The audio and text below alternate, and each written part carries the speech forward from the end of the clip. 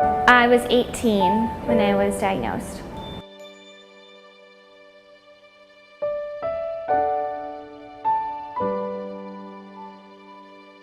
I was just not feeling well because it was like the Christmas season and I had finals, and when you work retail it's like such a rush and you're just thinking, oh, I just don't feel good because I'm working extra hours, and then I just didn't get better and I didn't get better.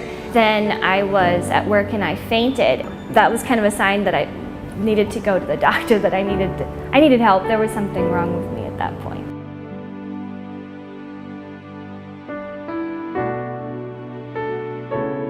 It was a real shock when we got the diagnosis of cancer. I don't think anybody ever expects that, especially with your children. It's so painful, and I knew that our whole life was going to be changed by it.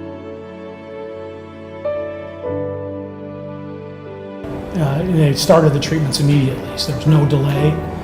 He strongly recommended Comer Children's Hospital, said if it was my kid, that's where I take her. We got our appointment right away, went in and met Dr. McNear. Wonderful, wonderful woman and great doctor. She saved Rachel's life. I know she did.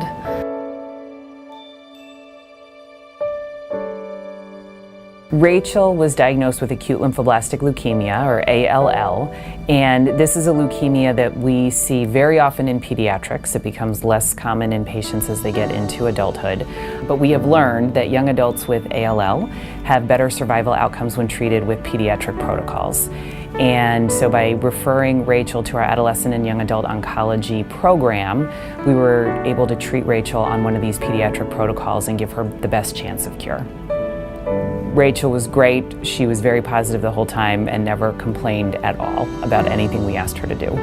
The following 8 or 9 months was a pretty heavy chemotherapy regime where I lost all of my hair and I was sick. I was in and out of the hospital a lot.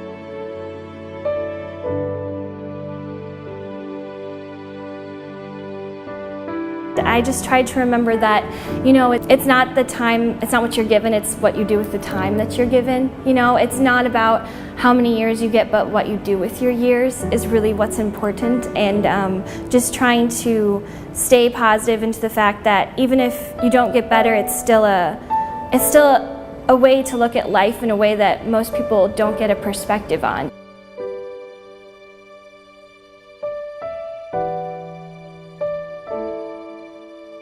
Rachael is a beautiful person, and I think she found a lot of strength in poetry and reading. Rachael has been in remission for several years. She's cured of her leukemia. It's not something I would wish on anyone, but at the same time I would never take it back. It's made me who I am.